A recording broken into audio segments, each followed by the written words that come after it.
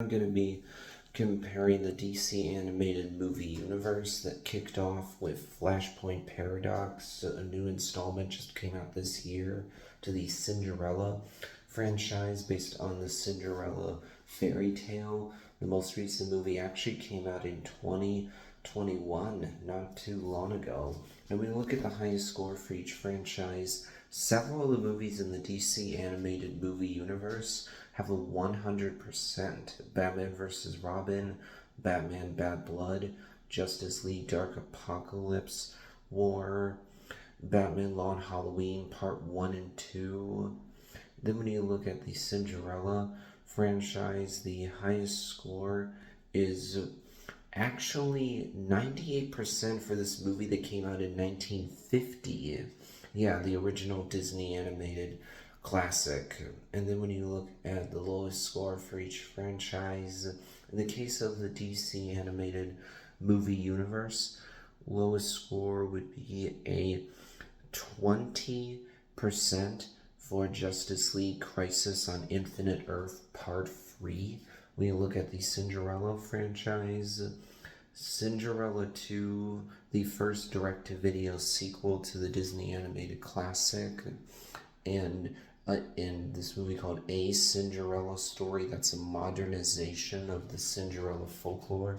Both have an 11%. Then when you look at average score, DC animated movie universe is an average score of 76. Cinderella franchise is an average of 60. Then we look at gap between lowest and highest score. In the case of Cinderella, you have a gap of 87. In the case of the DC animated movie universe, you have a gap of 80. So Cinderella does win here, meaning that Cinderella has won Cinderella has won a single one of the rounds because the gap's not quite. The gap's higher in the case of the Cinderella franchise. It's lower for the DC animated movie universe. So actually, DC animated movie universe wins in that regard. Plus, the highest scores higher. The lowest score is not quite as low as the one for Cinderella, and it has a higher average score.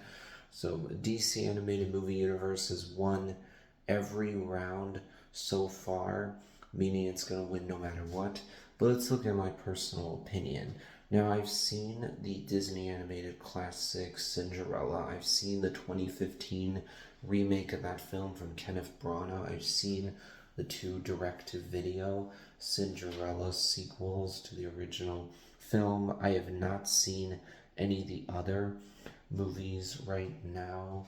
I haven't currently watched any of the films in the DC animated movie universe, but because I've seen Batman the animated series, Batman Beyond, Superman the animated series, Justice League, the other Justice League show that's part of the DC animated universe, also Batman Mask of the Phantasm, Batman and Mr. Freeze Sub-Zero, Batman Beyond Return of the Joker. Plus, I've seen almost all the films in the DCEU, DC Extended Universe, along with the Peacemaker TV show that's part of the DCEU. I definitely have an emotional connection to the DC characters. I definitely am invested in them. In particular, Batman. I've seen more Batman movies than Superman movies, though I definitely care more about him. But overall, I definitely have nostalgia for DC characters. I know that for sure. So I definitely am more invested in something like the DC animated movie universe than Cinderella, even though I haven't actually seen any of the movies in the DC animated movie universe, whereas I've seen some of the Cinderella films. Now, to be clear, I think that the original Disney animated classic is a good movie. There are things about it that I don't think have aged that well. I think the prince is pretty generic and forgettable.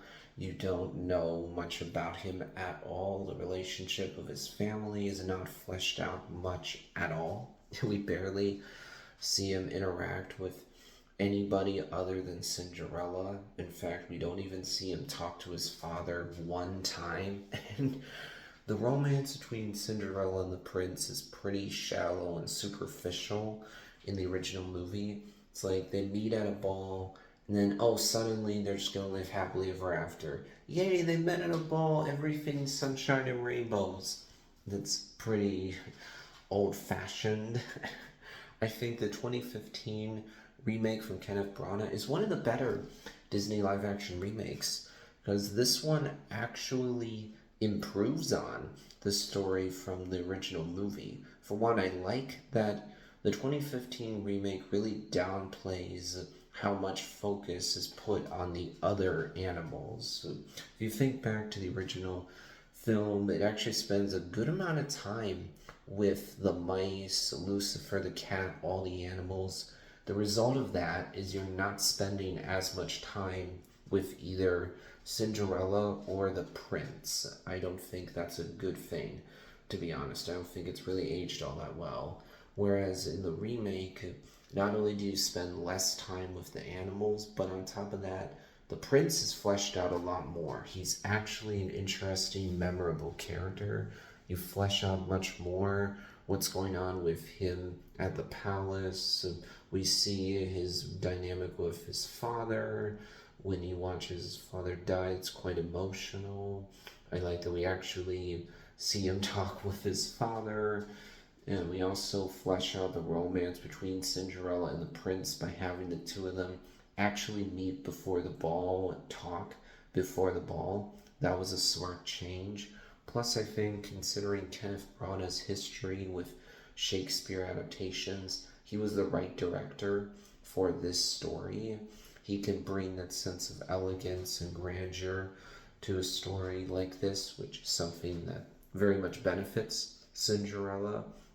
Admittedly, in the original film, the villain, the wicked stepmother, is memorable and quite scary because you don't know anything about her. She's not sympathetic and she's not supposed to be.